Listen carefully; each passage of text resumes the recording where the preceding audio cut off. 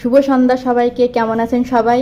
তো মেস লাইফে আনন্দের কোনো শেষ নেই। এখন একটা রেসিপি তৈরি করব, আর সন্ধ্যার সময় তো সবার কিছু না কিছু খেতে মন চায়, তো আমাদেরও সেরকম আজকে মন চাচ্ছিল। তো এখানে আজকে রেসিপিটা সঙ্গীতা তৈরি করবে।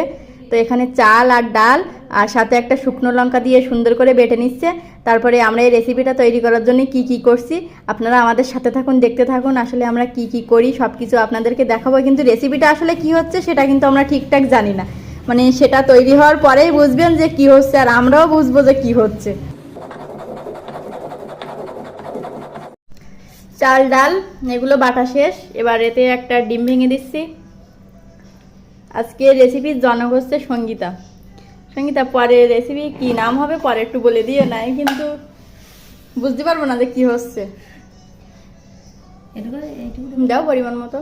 এখন লবণ দিয়ে দিলাম, তারপর হলুদ দিয়ে দিলাম পরিমাণ মতোই বলে দিছি। হ্যাঁ, পরিমাণ মতো ছাড়া পরিমাণ মতো বেশি দিই নাকি আমরা, পাকা রাঁধুনি না সব। তারপর এখানে একটা মশলার গুঁড়া দিয়ে দিলাম। কি কি মশলা আছে সঙ্গীতা বলো, সাথে কি কি আছে? গরম মশলা, জিরা, পাঁচফোড়ন। হ্যাঁ, গরম মশলা, জিরা আর পাঁচফোড়ন। একটু কয়টা কাঁচা জাল কষায় নিয়েছি, কাঁচা জাল কষানো দিয়ে দিলাম। এবার দিচ্ছি অল্প পরিমাণে কাশ্মীরি লঙ্কা। কাশ্মীরি লঙ্কা হয়তো কেউ দেয় না, কিন্তু আমরা দেবই দেবো।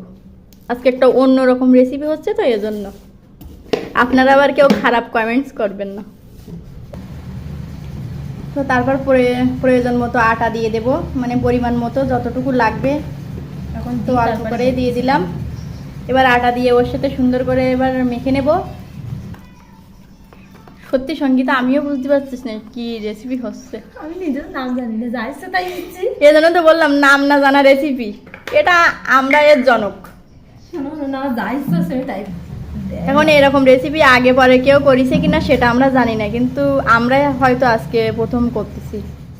অসুবিধা নেই, খাবো তো, নষ্ট তো করবো না। এবার দেবো আলু কুচা। আর এই যে আলু কুচায় রাখছিলাম, এখন সেই আলু দিয়ে দিচ্ছি। এই যে মশলা দিয়ে যেটা তৈরি করছিলাম এদের ভিতরে এখন আলুগুলো সুন্দর করে দিয়ে দিচ্ছি। এখন আলু কুচানো আলুগুলো কিন্তু সুন্দর করে এর সাথে কিন্তু মেখে নিচ্ছি। আটা যাবে বলো?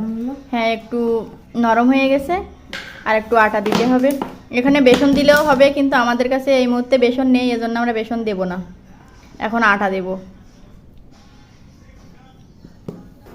এই যে দেখেন আমাদের মাখানো কিন্তু শেষ হয়ে গেছে, আর কালারটা কিন্তু সেই হয়েছে। একবারে নরম হয়নি বা একবারে শক্ত হয়নি, একটু মিডিয়াম করে এটা মাখতে হবে। তো আমরা সেইভাবে মেখে নিলাম। কড়াইতে কিন্তু আমরা একটু বেশি পরিমাণ তেল দিয়ে দিলাম।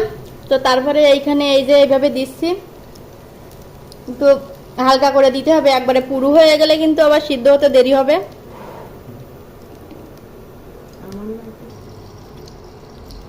এখানে সিদ্ধ হওয়ার জন্য কিন্তু একটু ঢাকনা দিয়ে ঢেকে দিলাম। ঢাকনা দিয়ে ঢেকে দিলে সিদ্ধ হতে একটু, ঢাকনা দিয়ে ঢেকে দিলে তাড়াতাড়ি সিদ্ধ হয়ে যাবে, এজন্য ঢাকনা দিয়ে কিছুক্ষণ রেখে দেব। আর আজকে এই নাম না জানা রেসিপির আয়োজনে আমাদের পাশের বাসার একজন গেস্ট আছে। গেস্ট অবশ্য বলা যায় না, আমাদের প্রতিবেশী দিদি।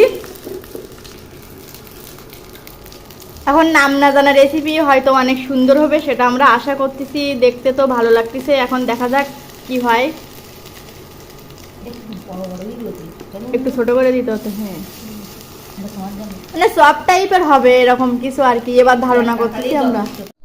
এখন কিন্তু নাম না জানা রেসিপি এখানে ভাজা শেষ, আর আমি কিন্তু অর্ধেকটা এখান থেকে খেয়ে ফেলছি। তো অনেক টেস্ট হয়েছে।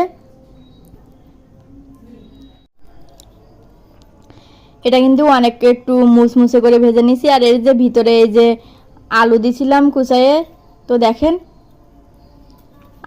আলু কিন্তু একেবারে পুরো সিদ্ধ হয়ে গেছে। আলু কিন্তু সিদ্ধ হয়ে গেছে।